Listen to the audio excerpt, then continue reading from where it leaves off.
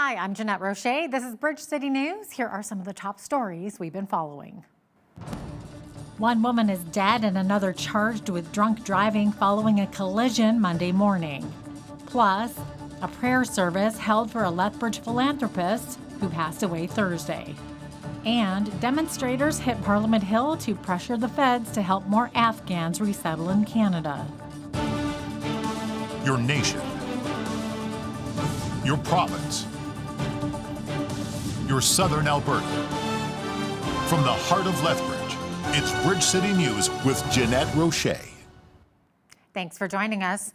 One woman is dead and another charged with drunk driving following a vehicle-pedestrian collision Monday morning. At 10:12 a.m. on August 2nd, Lethbridge police responded to the collision at the 1200 block of Mayor McGrath Drive South, where a southbound truck had struck a 54-year-old woman.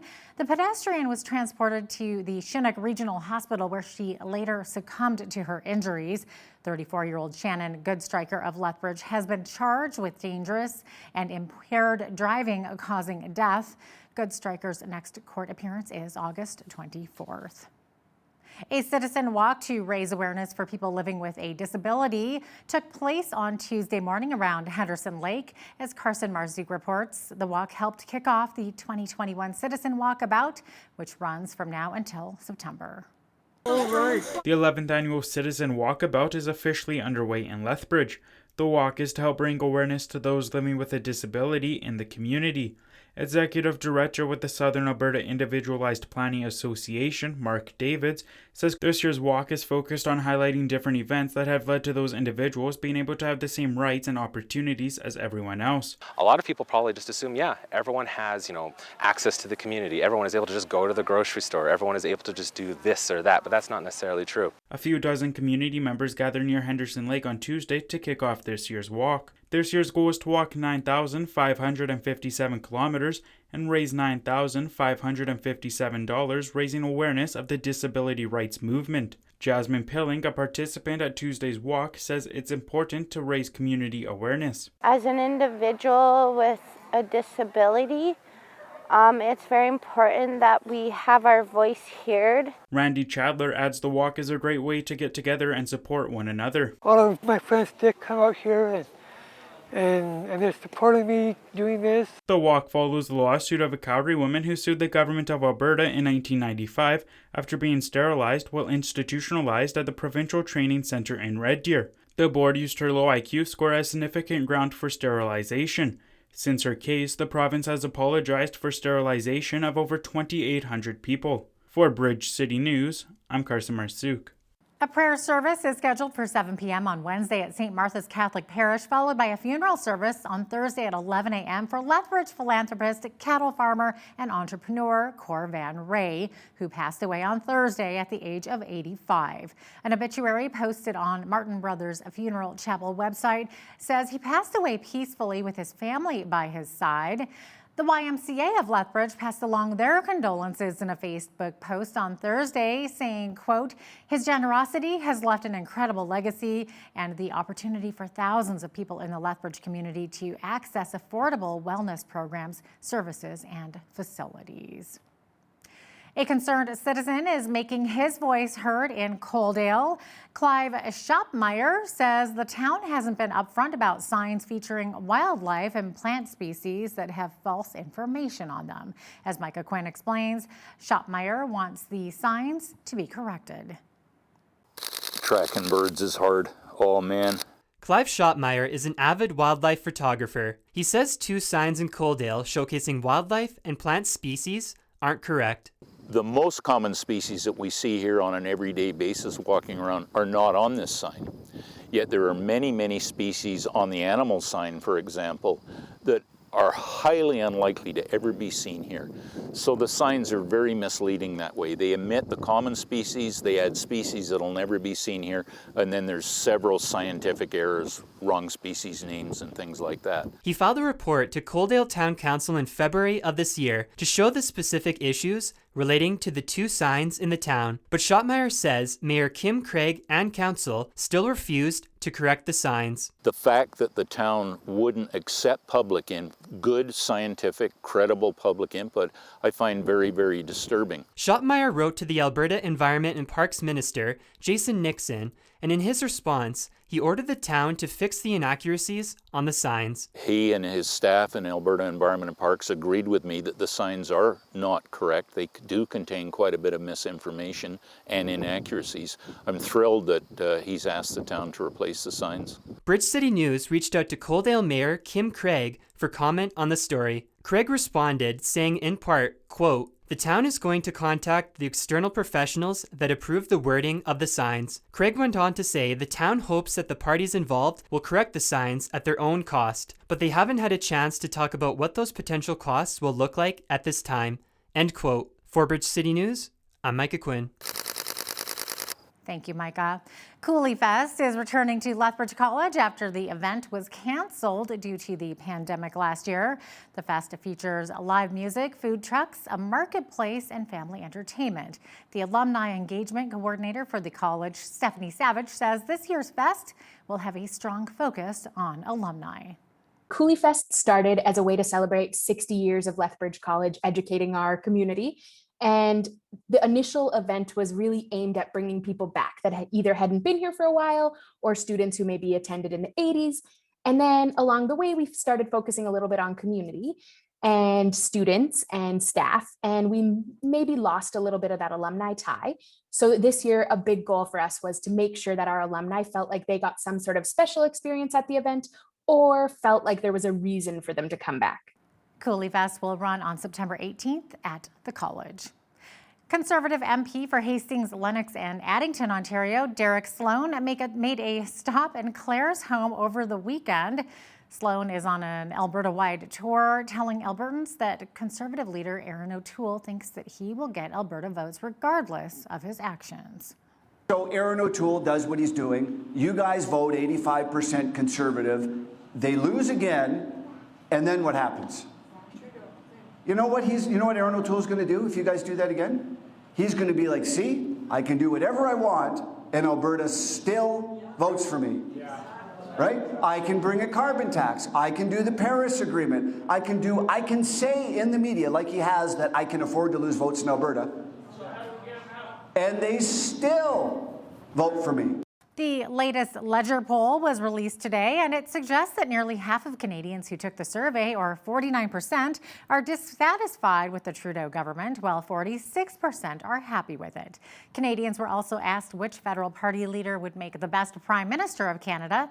27% said Justin Trudeau, 19% said Jagmeet Singh, and 11% said Aaron O'Toole. Nearly half of Canadians think the Liberals will win the next federal election. And speaking of polls, our latest BCN poll question asks, are you planning on attending Whoop Up Days this September? Well, 53% of you said yes, 20% said no, and nearly 27% of you are unsure. Our next poll question is now up on our website and asks, have you received the COVID-19 vaccine, and are you planning on it? Please visit our website, bridgecitynews.ca, to let us know. We'll have those results for you at the end of the month. Premier Jason Kenney spoke publicly today for the first time since significant changes were made to COVID-19 protections in the province. He was in Calgary to provide an update to the film and television tax credit, which is part of Alberta's recovery plan. He says the credit is attracting major productions after the province lifted the $10 million per production budget cap. Just this week, fans were introduced to the trailer for Ghostbusters Afterlife, filmed just a few hours away in Nate's neck of the woods in Drumheller. And they told me when I was visiting there that they had 90% hotel occupancy, thanks in part to that production. In June, MGM started filming their new series called Billy the Kid in Calgary and around the province, as well as in Drum. In May, the 5th film installment of the Predator series, under the working title Skills, also began filming in Alberta. A reboot of Jim Henson's Fraggle Rock is shooting at the Calgary Film Centre. CBS chose Calgary to shoot its new series Guilty Party, starring Kate Beckinsale. And Paramount has also come to town to film Joe Pickett, a series based on the best-selling novels by C.J. Box. These large-scale productions from some of the entertainment industry's most prestigious studios have been a huge boost to Alberta's economic recovery. But none more so than HBO's The Last of Us, a brand new, highly anticipated series based on a massively popular video game of the same name. Fish and wildlife officers in Alberta are attempting to identify a bear responsible for an attack that killed a 26-year-old over the weekend. A statement by Alberta's Justice and Solicitor General Office says officers have located 3 black bears near the site of Saturday's attack in a remote location northwest of Swan Hills. It says they're awaiting DNA results to confirm if one of the bears is responsible for the attack. Mounties say 1 man is dead and another injured after an alleged home invasion in central Alberta. Blackfeld's RCMP says officers arrived yesterday at the home in Red Deer where they found a man with a gunshot wound. He was pronounced dead and the homeowner was taken to hospital with life-threatening injuries. Investigators couldn't say whether the man who was shot had broken into the home as the investigation is ongoing. Environment Canada says wildfire smoke in northwestern Ontario is leading to high levels of air pollution and low visibility in the region. The weather agency has issued an air quality statement for much of the area, including Thunder Bay. The province says there are 110 fires burning in the northwestern Ontario region, with 17 of those not under control. Members of 5 First Nations have been evacuated due to the threat posed by nearby wildfires. A union that represents faculty and staff at 4 Manitoba universities is calling for mandatory COVID-19 vaccines for students and staff when in-person classes resume later this year. The Manitoba Organization of Faculty Associations says the provincial government and university administrations must take decisive action to keep everyone on campus safe. Manitoba has already enacted vaccination requirements for people attending large-scale sporting events, movie theaters, and museums. Manitoba is loosening some COVID restrictions and removing its mask mandate. Premier Brian Pallister says Manitobans will be able to enjoy more freedoms when the rules change Saturday as the province reaches another vaccination milestone. 80% of eligible people have received 1 dose of a vaccine and more than 71% are fully vaccinated with 2 doses. The step removes all restrictions for private gatherings and businesses, including hair salons and gyms, and further loosens rules for religious services, sporting events, and casinos. COVID case numbers continue to drop. Vaccination rates keep increasing. Manitoba's in a good place right now, thanks to the hard work of our public health team and, of course, the collective efforts of all of you. Because of that remarkable progress, Dr. Roussin and I are pleased to announce that Manitoba is now in a position to reopen sooner.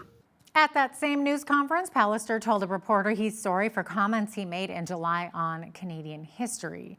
Pallister stirred up controversy when he said people who came to Canada both before and after it became a country did not come to destroy anything, but to build.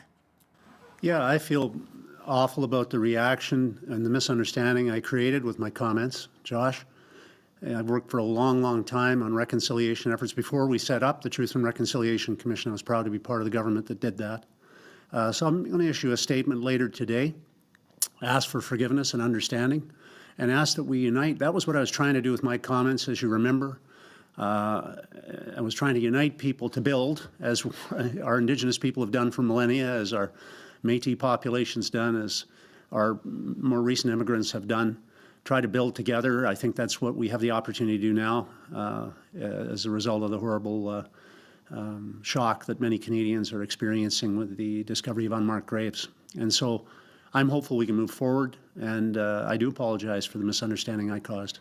Demonstrators attended a rally on Parliament Hill today to pressure the federal government to expand eligibility rules for resettlements from Afghanistan. Veterans and former staff say the federal government's current plan excludes parents, siblings, and most adult children of Afghans who helped Canadian forces. It also excludes Afghans who have already fled to neighboring countries. At a news conference in Toronto this morning, NDP leader Jagmeet Singh said federal officials should do whatever is possible to protect Afghanis who are in danger because of their connection to Canada. I think it's very clear that we've got a responsibility to people who put their lives at risk, these Afghani interpreters put their lives at risk to support our troops in Afghanistan. And right now they're in harm's way. With the resurgence of the Taliban, things are getting really dangerous and really scary. And so there's been some efforts, but there's not been enough. And I think it's got to be clear that those that supported us in our times of need have to be helped out. And the other question is around expanding the eligibility to the friend or to the family members and also other interpreters. I think we need to be very broad in our approach. There are a lot of people in Afghanistan that need help and that helped out Canadians, and that should qualify for support, should qualify for resettlement to Canada. I'm calling on Justin Trudeau to do as much as possible to protect these interpreters, that these Afghanis who supported us, they're in danger now and need our help. Gunshots were fired Tuesday morning near the entrance of the Pentagon, resulting in multiple injuries and a temporary lockdown of the facility. A police officer was reported to be among those injured. The shooting occurred on a Metro bus platform at the Pentagon Transit Center, just steps from the Pentagon building. The Biden administration is encouraging the Senate to repeal an Iraq war authorization crafted when Saddam Hussein was still alive, rejecting Republican arguments that it would further signal Iran that the U.S. is retreating from the Middle East. It simply makes no sense to keep an authorization against Iraq. The Biden administration has made clear through a formal statement of administration policy that it is not relying on the 2002 AUMF for ongoing operations or detention authority. Logically, as the terms of the AUMF applied only to threats emanating from Saddam Hussein's Iraq. It's vitally important that we understand the conditions under which we have previously relied on this authority for both strikes and detention, and that we are certain that a repeal would not have the negative unintended consequences. A heat warning remains in effect for southern Alberta. We had mainly sunny skies today with some smoky conditions from wildfires in the area. Will the heat and smoky conditions continue, though? I will let you know right after the break. Stay with us.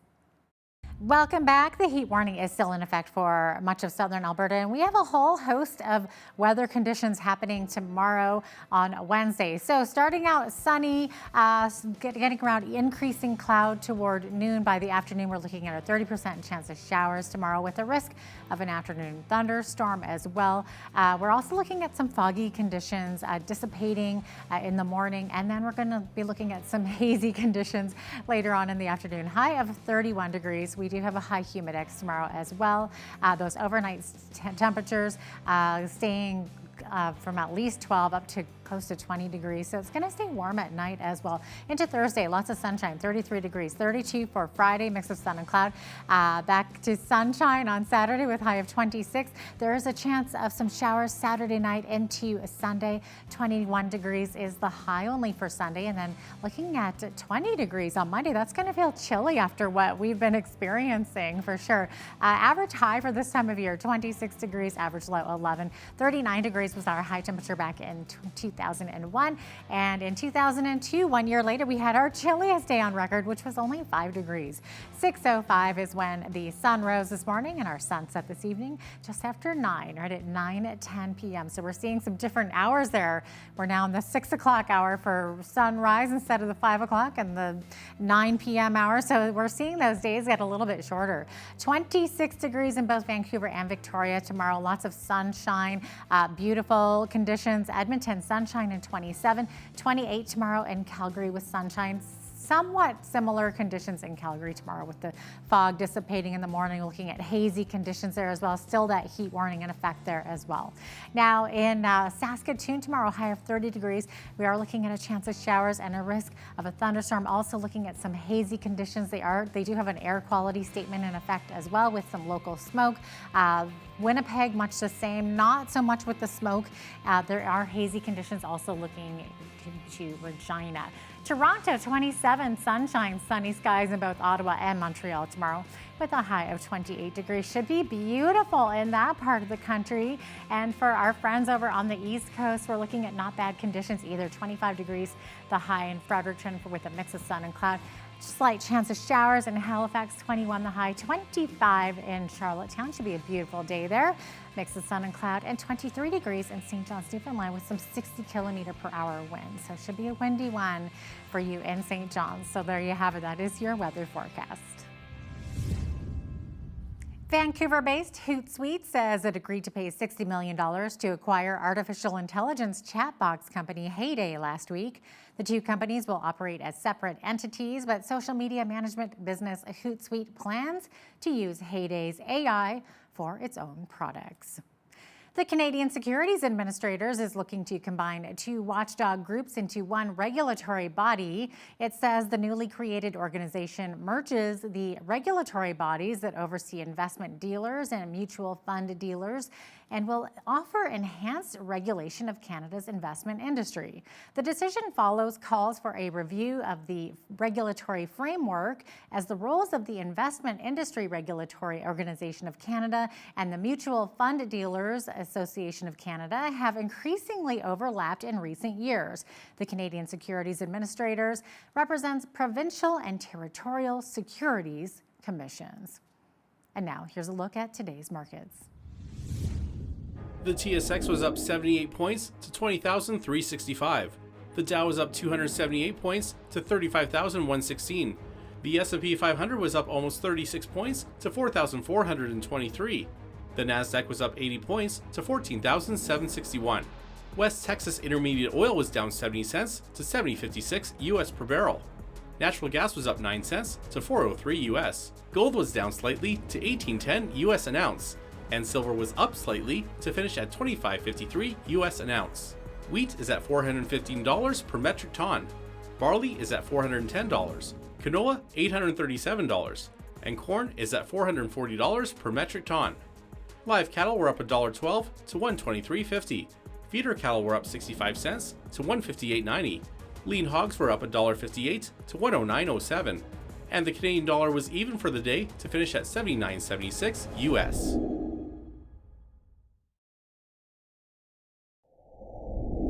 Recapping one of our top stories today, NDP leader Jagmeet Singh says the Liberal government should expand eligibility for Afghans trying to come to Canada.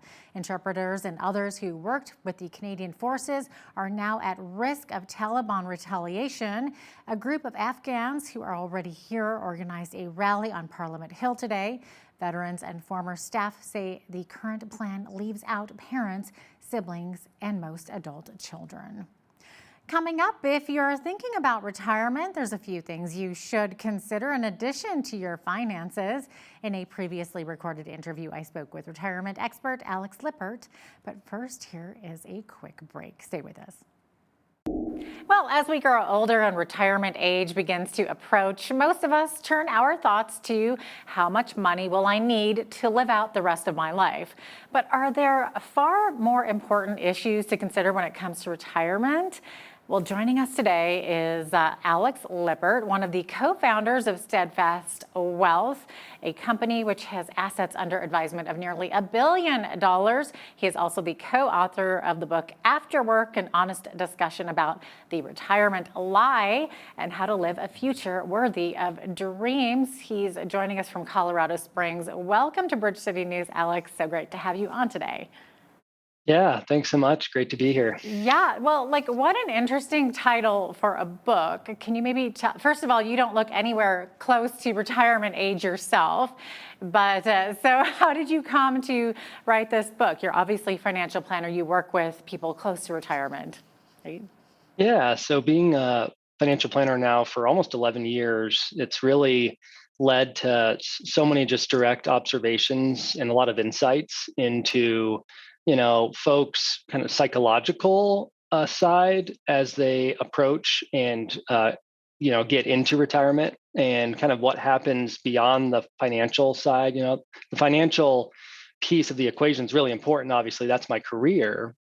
But time after time, there were so many folks who, they have all of the financial side covered completely. They don't have any problems, living out their lives, doing whatever they want to do from a financial standpoint. But a lot of them end up unhappy and find themselves lost in retirement. And that's a curiosity that I wanted to explore with the book. And so that's kind of the genesis of the book. Sounds like it. So in the book, you mention the retirement lie. So can you tell us what the retirement lie is? What does our cultural mindset get wrong about retirement? Yeah, the retirement lie is that a withdrawn, kind of self-centered one is a good one. So there's this narrative that permeates our society that says, hey, you've put in time, you've put in effort, you've raised children, you've poured into other people's lives, you've poured into the company that you've worked for, your entire career. Now it's time for you. Now it's time to sail off into the sunset and vacation and play golf and all these different things that are fun that I think do have a place in your life. But I think, that cannot be the entree.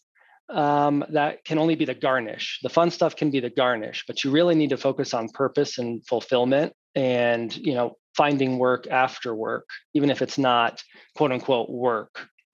Does that make sense? Yeah, for sure. Well, you mentioned right off the top, it's psychological too. Now, you regularly advise people about financial planning for retirement. Obviously, that's what you do. And you've heard of a lot of personal stories, I'm sure, as you've come to know your clients over the years. But once people retire and have a lot of free time on their hands, do they often lose their sense of purpose, perhaps part of their identity?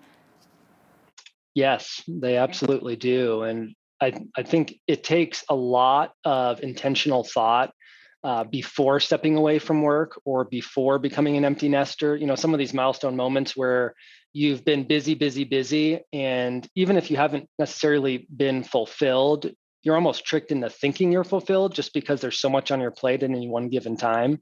But as soon as you step out of that kind of life madness, if you will, and into that time where you do have all of this extra time, if you're not intentional about, where am I going and what's my next purpose center, like where am I going to feel that, like I did a lot of good work today, regardless of what that work is, where is that going to come from?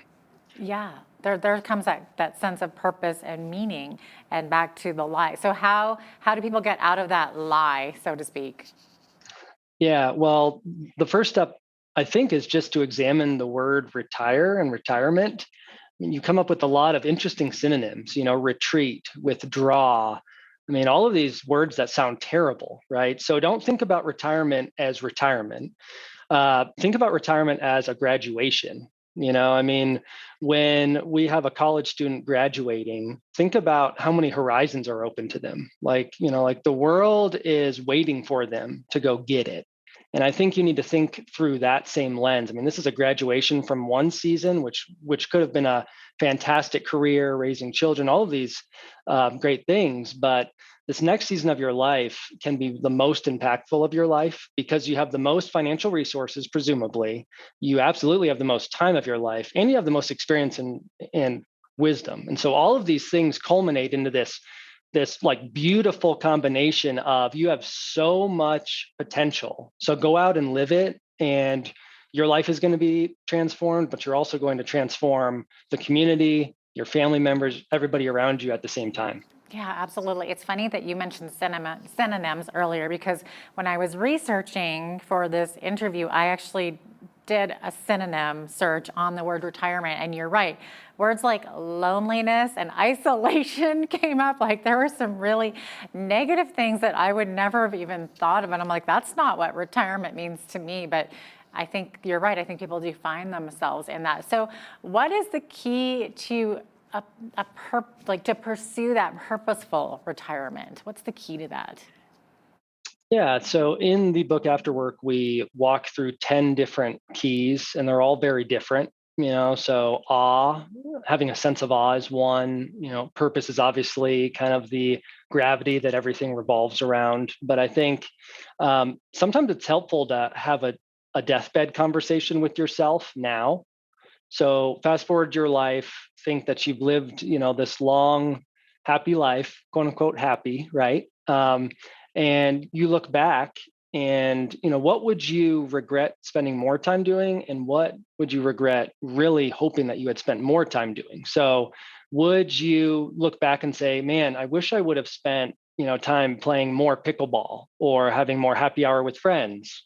Or would you say, I wish I would have spent more time with my grandchildren, teaching them how to fish, or painting, with my children, or I mean, whatever it is, or starting a nonprofit and volunteering more and making an impact in somebody else's life. I mean, there's so many different things that you can do in this approach, and I think that it's very unique to any one given person. So it's hard to say, hey, here's the roadmap, do X, Y, Z, and you'll feel fulfilled and you'll feel like you're full of purpose, right? But I think if you have that kind of that deathbed conversation with yourself, that really brings into context, what is a fun thing that's fun, but it's not lasting, it's not meaningful in your life, and what is truly meaningful, and then home in on those meaningful aspects of your life and just go get them and just get re-engaged in those however you can. That actually sounds like great advice for anybody to have that Yeah, true. conversation so that you can have more of a purpose-driven life, so to speak. Wonderful. There's a lot of wisdom in that, I think. Now, you write about time and structure, of course. So retired people suddenly have more time on their hands, but might be lacking that structure of routine that they once had when they were working, right? So how can they plan and manage their calendar properly? Yeah, so calendar is an interesting chapter in the book. It's probably the shortest chapter. It's fairly straightforward, but I think a calendar is an interesting tool to use, and not just to fill it with busy stuff, right? Because that defeats the purpose. But I think having a calendar helps you achieve minor goals in any one given day towards some greater goal or undertaking.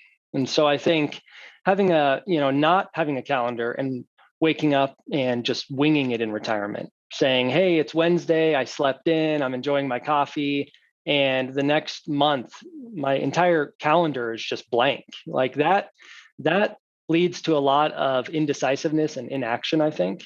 And so I think as you begin to look at retirement, and even just now, as you start to build a calendar, really try to just implement these fulfilling aspects of life. Like we've got a client who seems like he's always fulfilled. He's a fantastic guy, and he writes, hey, I've got this goal of reading a book every 2 weeks, and I'm reading about all of the presidents, and I'm like doing all of these different interesting things that he's genuinely interested in. And so he actually carves out 2 hours in the morning to read. And so it doesn't have to be this huge goal, start a company and do XYZ and do all of these massive things. It can just be really, really small things. But I think, any audacious kind of big life goal and thing that's going to be really fulfilling is going to be challenging, and it's going to take time and effort. And it's always a culmination of really, really small actions from now until, you've reached your objective. And so I think utilizing the calendar in that way to basically goal set on a really small scale can help you ultimately reach where you want to go.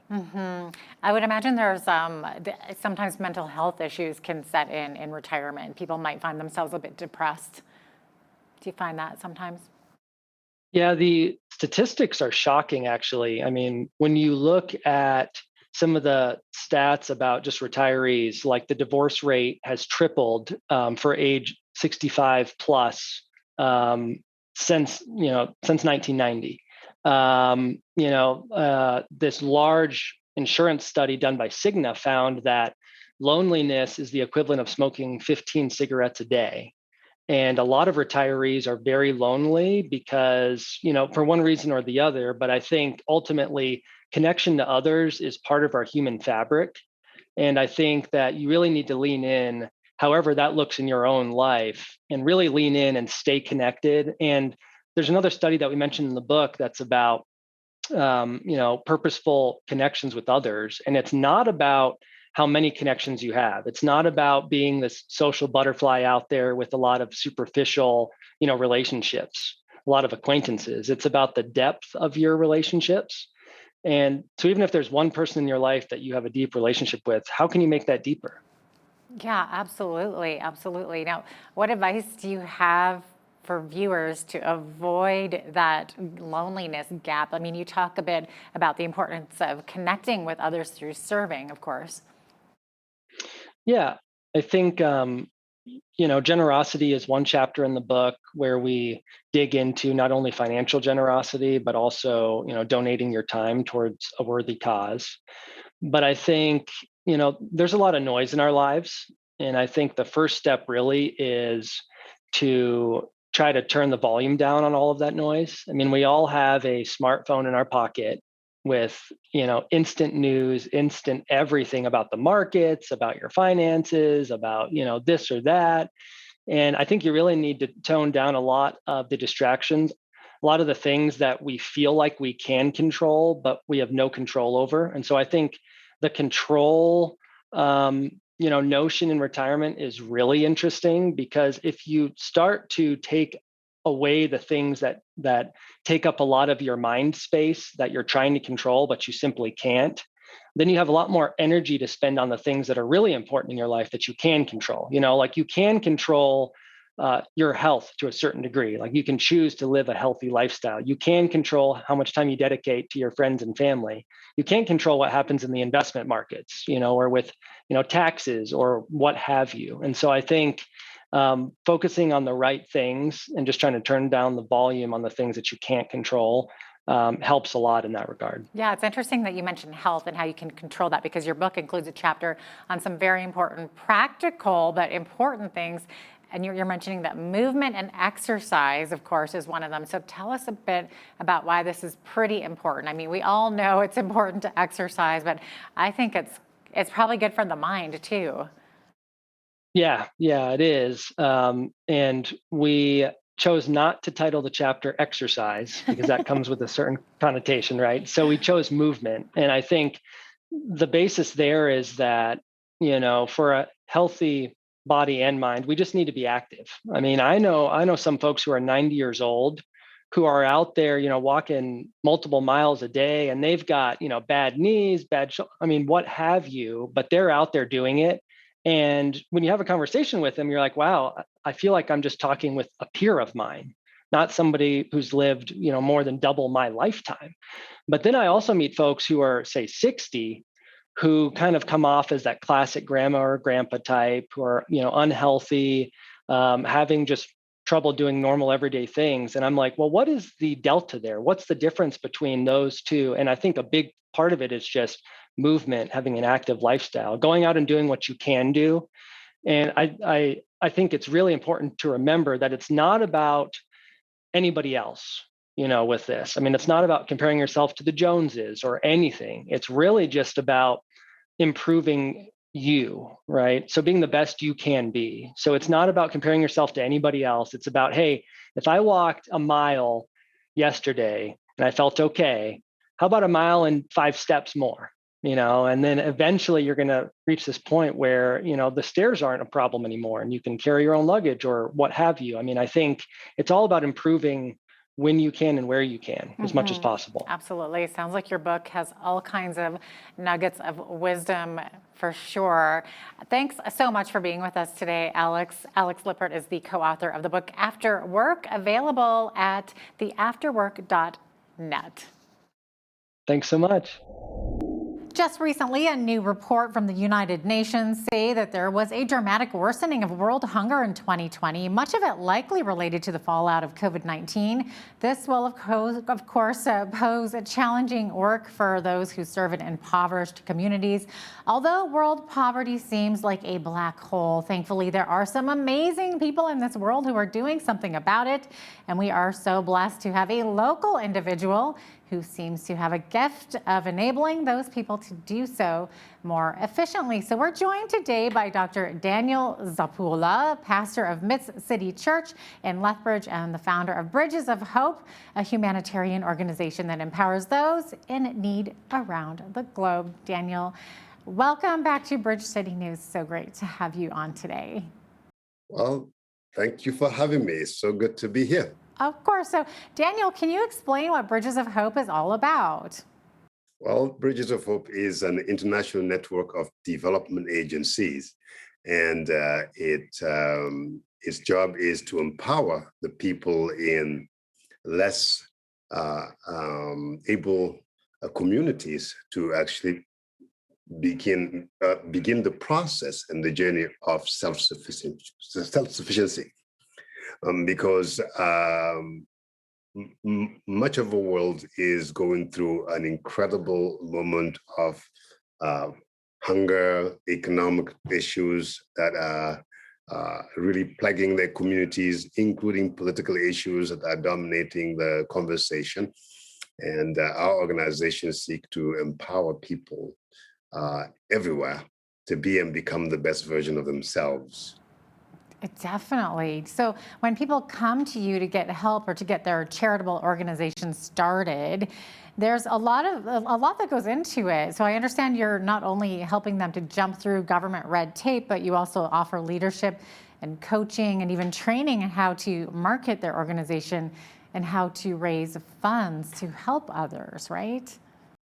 Yeah, in general, again, we are a network of development agencies, meaning we network many people, both local organization here in Lethbridge, Canadian-based, American-based, European organization, as well as Indigenous people, Indigenous organizations. And so when people send in an application, we create a contract that govern how we operate and lead ourselves to deliver the result, that it may be specific to a region or a country or a particular community, including Lethbridge here. So does Lethbridge in Southern Alberta have quite a number of charities working under the Bridges of Hope umbrella then? Yet quite a few, we got quite a few, maybe even in Lethbridge in particular, we have maybe a dozen organizations that work together with Bridges of Hope to be able to deliver its mission here locally. You know, for example, organizations like Youth One, that's a part of Bridges of Hope as well. We have other organizations that in Carson and Calgary and all around about. We do have also parachurch organizations or churches themselves. We have some churches also that just partner fully with us to be able to deliver the result that we see as charitable in our community. Okay. And so globally speaking, which countries are you working in right now? Well, about 25 different countries, both in Africa and Europe and South America, as well as obviously in North America. We have been operating with 25 countries about. Those include Haiti. We have quite a lot of projects in Haiti that includes hospitals, schools, a couple of universities. We got also programs that really provide for microfinances or business creation, just helping the Indigenous people jumpstart the local economy. Because if charity is good for one thing, eh? It's good to receive something, but here's the thing, it's another thing for you to become independent, to become self-sufficient, and that instead of you being the beneficiary, you become a benefactor. So our goal have always been turning beneficiaries into benefactors. I was a beneficiary of charity. I was one who was sponsored. I was one who was helped. Now I am working I've been in my mid-50s. Now I can look back, that the very cities and the very places, the very streets I walked in, in Africa, I am now trying to enrich and to help them become better. The whole story of Bridges of Hope is, it doesn't matter who you are and where you start. It doesn't matter where you started. It doesn't matter the problem that you encounter. If you work hard with trust in God and with faith in Him, we believe that God is able to work in your life such that you become who He meant you to be. He can turn you from a beneficiary to a benefactor. It's that simple. Yeah, I love that. I love how you've turned your life around and are now helping others the way that you benefited so much. And you mentioned something interesting too. You said that it's more than just, it goes beyond scarcity of food and water, right? It goes deeper than that. So what are the kinds of needs that you're seeing typically in these nations? Poverty is really systemic, you see.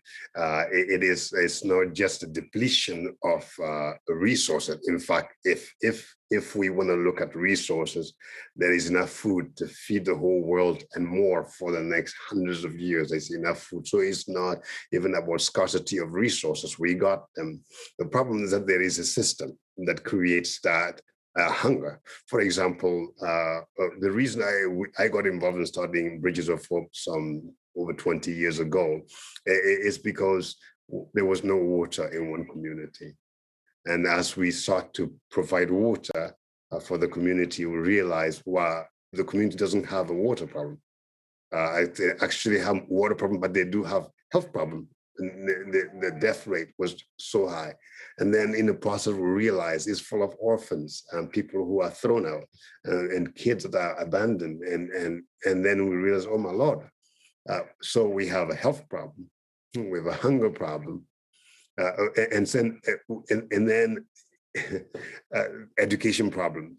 So we started from the well, we built an orphanage, and from an orphanage, a school, and the school, a college, and the college, a university. And suddenly we have millions of students from around, it's just like that are finding the difference and getting to school and so on. But the whole joy in all that I do is, again, reminding people of this very truth. It's not about you giving your money to help an orphan. It's about eliminating the system that creates orphans. And the system is very strong. And that system, it lives and thrives on at least three agencies: government, religion, and then the third is the capital, in the sense of government's willingness or unwillingness, religion, because there's too much war. Much of a war is created by religion. There's no peace. There's no sense of it. So there is a loss of war. And like in Nigeria, for example, and in Burkina Faso, some of the local churches, they're blown up. You want to do a baptism there, it blows you up. So religious, that's a system that is really against that. And the capital, the sense that even if it's a good thing, there's no money that is available. That's why we are motivating the third powers, which I believe are media, like yourself, artists. I'm an artist myself. I do African music and dance theater. We need to mobilize them and people and normal people like you and me to get involved and to get involved in doing the work of releasing the people from poverty, feeding the poor and the hungry, clothing the naked, and helping people become who they are truly meant to be. Mm-hmm. And so it is quite tough, it is quite difficult, but again, it's a system. Poverty itself is a mindset, and sometimes it's maddening when I go to the Congos, when I go to Rwanda or Burundi, and I go and I see what took place, the historical injustices and that really took place. It's sad to watch, but I believe that in the end, above all, poverty is also spiritual. It is a spiritual thing in the sense that it's a depletion of our spiritual capacity to show up and to be who God meant us to be.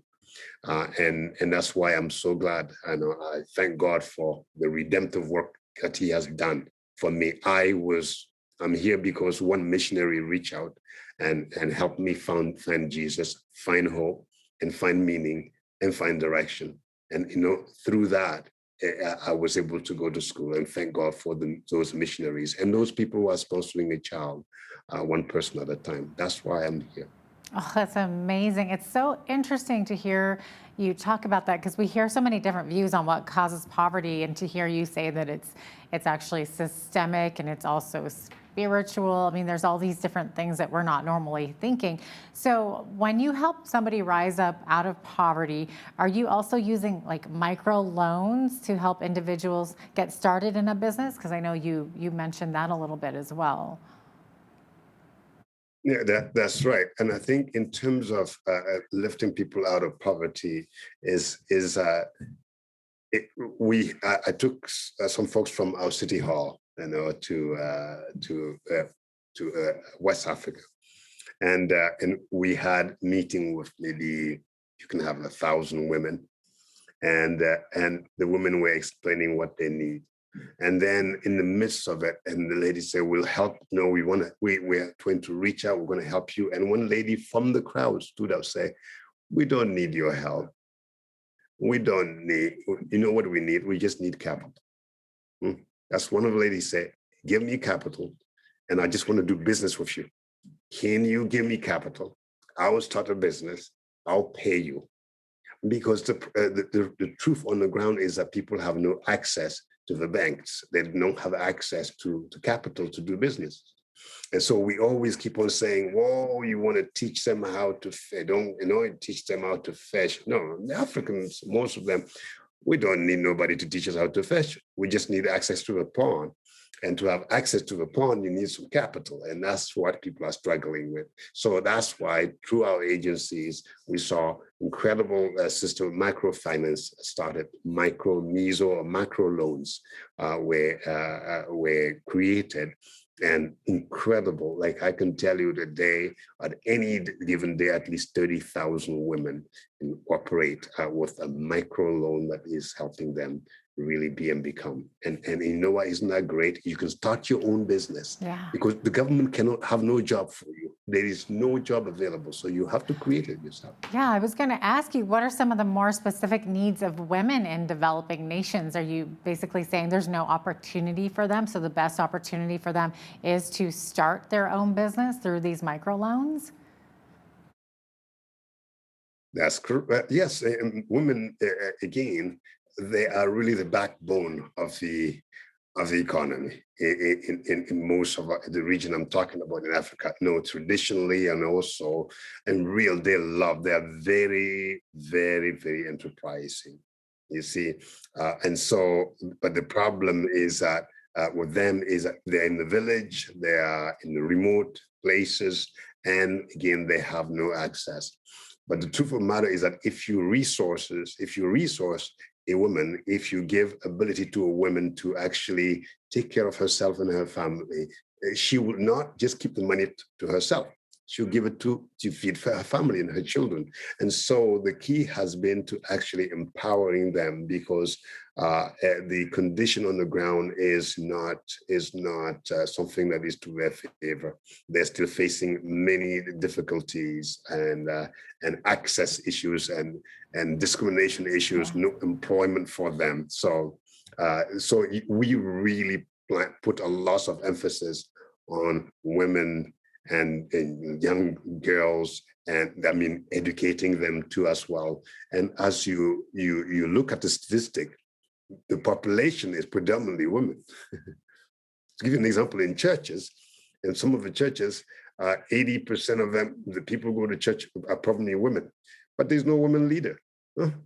Why not? So the key is to reinforce their capacity so that they can take care of themselves and nurture their community. How can the people watching at home get involved in Bridges of Hope? Well, first, the first thing I want to say is thank you to your viewer. I know in Lethbridge first, we have been incredibly supported by this city. I'm so thankful to Lethbridge and to Canada. It's really, I'm really thankful. I also understand that this is a moment in which there is a compassionate fatigue or charity fatigue. We're just fatigued about charity all by and large. I understand and I realize that. And but I want to again appeal to you and to your goodwill, again, to continue to reach out and help any non-profit organization in our cities who are working in the streets, the young people, the young adults in general, just reach out and do something. Because my goal is not to get all the money for myself, for my own programs. No, I want to make sure that as a people, that we are reaching out and we are taking care of our people. And in particular, Bridges of Hope, If you want to help us, you go to our website and there's a big button there. You can donate. You can donate to a program. You can sponsor a child to go to school. You can also help pay for maybe a nurse or a teacher to go into a community and reach out. Our website provides like dozens and dozens of organizations that may relate to your heart. And I want you to respond and help our people, help our agency be and become the best version of themselves. But thank you so much for taking time to even watch and listen to us in this time. That's amazing. Thank you so much for being with us today, Daniel. We really appreciate having you on. Dr. Daniel Zopula is the founder of Bridges of Hope, and you can go to their website, www.bridgesofhope.ca. Thanks for being with us today, Daniel. Thank you. I'm Jeanette Roche. On behalf of all of us here at Bridge City News, thanks for watching.